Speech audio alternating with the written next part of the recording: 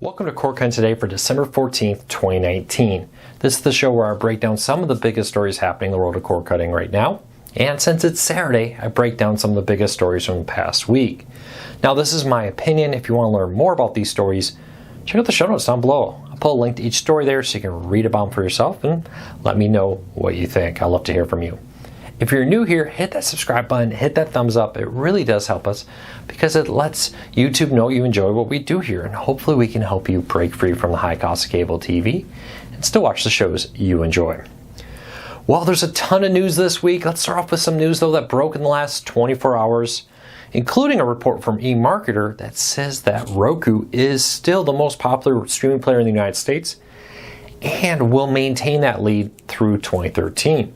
According to eMarketer's study, Roku has a healthy lead over Amazon, the second most popular, the Chromecast, third most popular, and the Apple TV in fourth place, with Android TV coming in fifth. So it's very interesting how this is all playing out. And I'd love to know, do you agree with that? According to this report, those rankings won't change. Going forward, they seem to be continuing, with Roku maybe even expanding their lead inside the United States. Now, I know Amazon is very fond of saying, hey, we have more active accounts than Roku does, because Amazon's available in some markets Roku is not, like India. For example, Amazon's there. To my knowledge, Roku isn't. Roku's expanding now into markets Amazon's not. They recently expanded in Central and Southern Americas. So it'll be interesting to see how that plays out. I'd love to know from you. Does it surprise you that Roku still has an extremely healthy lead? Now, Fire TV is definitely coming up. How about the Apple TV? Way back and forth, behind Chromecast even. Leave me a comment, let me know. I know Apple likes to say, hey, but we've sold more devices. Again, though, this is just looking at the United States, not other markets. So leave me a comment, let me know what you think and what surprises you from this report. If you want to see all the numbers, all the future projections, link in the show notes down below.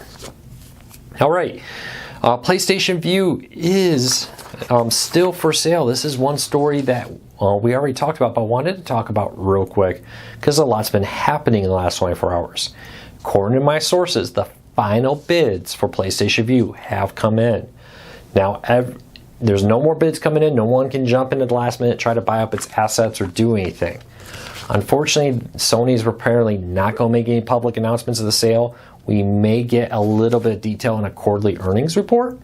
We may not. We'll see how they structure this deal to maybe report or not report. But PlayStation Vue is, and I'm not sure, is Sony publicly traded? Now that I say that, I'm not sure if they are publicly traded in the United States. They may not have to.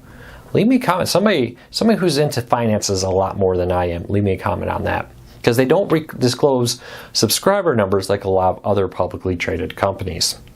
But our sources do say there are still 500,000 subscribers paying for PlayStation Vue. Probably riding it out for the free month of January or free couple weeks in January. And right now we intend to see how that all plays out going forward. Now, I'd love to know, who would you like to have buy them? YouTube TV, Sling TV, Fubo? Who would you like to have buy them? I have heard some contradictory numbers. Some employees at Sony have told me that this is being bid on by other competitor live TV services. There's been a couple, though, who said there may be a few other buyers interested in some of the tech who are not running a competitive live TV service. Maybe somebody who wants some of the streaming stuff. Maybe it's just a legal firm that just wants to buy up the patents, to own the patents that PlayStation Vue has. So we'll have to kind of keep an eye on this. I'll let you know as I learn more. And let me know what you think. All right, Sling TV has added 3 new channels, the News and the Heartland Extra add-ons. So these are not in the base package. You have to pay for the additional ones. They include the Law and Crime Network, the Pursuit Network, and the Great American Country Network. So this is some new content coming to Sling TV with no price hike. And it's going to be one of those things. Some people are absolutely going to love the fact that the Law and Crime channel and the Pursuit channel are coming to Sling TV. I can already hear other people being like, I don't care. You know, that's the great thing about cord cutting. With Sling TV having these in add-ons, they are really good with the ability to say, hey, yeah, you may not want these, but you don't have to pay for these. Unlike cable TV, who crams so much stuff into what you don't want to pay, I love a service that gives you an option to build a bundle the way you want it. So let me know If you notice those new channels, this comes after the Longhorn Network was added this week, also to Sling TV, Sports Extra in the orange package. So let me know what you think. Alright, good news if you're a fan of Friendly TV. For a while now, they've had a private beta for Apple TV. Now they are making that available to everybody out there. Now anyone can go download the Friendly TV app on the Apple TV. It's been on Fire TV, it's been on Roku for a while. It starts at $5.99, gives you access to like the Up Network, all the Hallmark channels, the Weather Channel, the Game Show Network, and more for a very low fee. Now it's coming to the Apple TV officially. Now they did say this is still in beta. There may still be bugs. Let us know. If you find a bug, they say, please let us know what you found. But it's now available. So check that out. Head over to the Apple TV and search for Friendly. Spelled, let me read this off to you. FRNDLY. FRNDLY is how you spell it. All right, let's get into some news that's happened in the past week and really break them down. Spectrum CEO wants to limit Disney Plus and others. This was a hot topic this week. So Spectrum CEO has been on a warpath about password sharing and about the fact that services like PlayStation Vue and now Disney Plus in its crosshairs are offering more streams than they need. And this is encouraging people to go in here and say, hey, you know, why don't I swap this password with somebody else? They can access my Disney Plus, I'll access their Netflix, and we're all happy.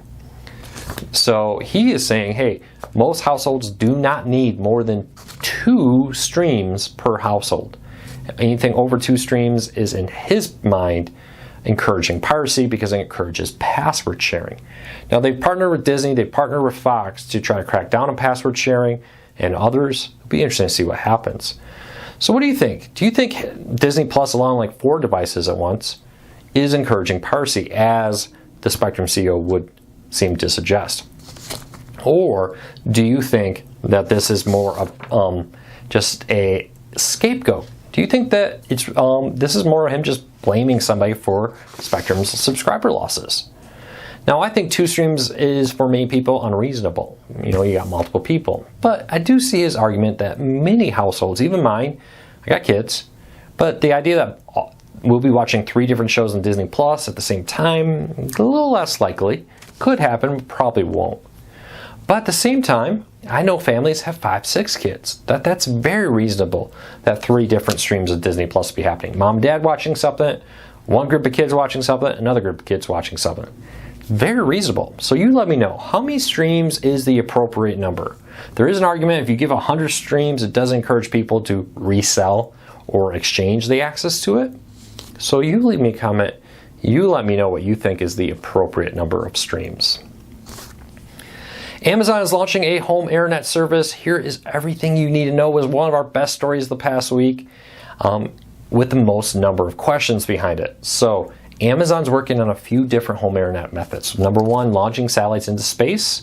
Number 2, building a ground network here in towns to kind of fill in dead spots where maybe satellite internet's not the best. Amazon has talked about making very affordable internet available to everybody worldwide. This wouldn't just be limited to North America, though it may start here like SpaceX's, but their goal is to get 3,000 plus satellites into space to cover the entire globe, much lower down to the ground than current satellite internets for lower latency, better speeds. Instead of having 1 satellite, it would be a network of them to better handle the demand. So the question is, what would the price be? We don't know yet. We really don't. $50 seems to be a price a lot of these services have been trying to target, but it's important to remember that we just don't know, unfortunately. So leave me a comment. What do you think of Disney's or of Amazon's plans for a home internet service, and would you pay for it? All right, Pluto TV now has 175 content partners out there, according to Viacom's CEO. And I got a lot of questions about this week. So yeah, we know about like Discovery and BBC and Viacom and CNN and Fox Sports and all these different places that have content on Pluto TV. But where are all the others? Unfortunately, Pluto TV and Viacom have not listed their full list of partners. That 175 number does make it sound like maybe there's some partners that haven't gone live yet. Pluto TV, one of their fan accounts on Facebook recently announced that, hey, we got big things coming next year. So it is possible that some of these partners we don't know about, that there's new partners coming to Pluto TV. Could one of them be CBS now that CBS is merged in? Probably some CBS content there. But we'll have to wait and see what the rest of it plays out to. So let me know, who do you like Pluto TV to add in the next couple weeks and months ahead? All right, Roku is the largest. We already covered that story. That's the last story of the day. Wow, that went quick. A few things. A huge thank you to everybody who is supporting us. Tons of new subscribers, 130,000 YouTube subscribers listening to me do this day in and day out. I really appreciate it. Cannot believe the amount of support and kind words I've heard from everybody. It makes all this hard work worth it. I really wanted to pass along my personal thanks to everybody here for that.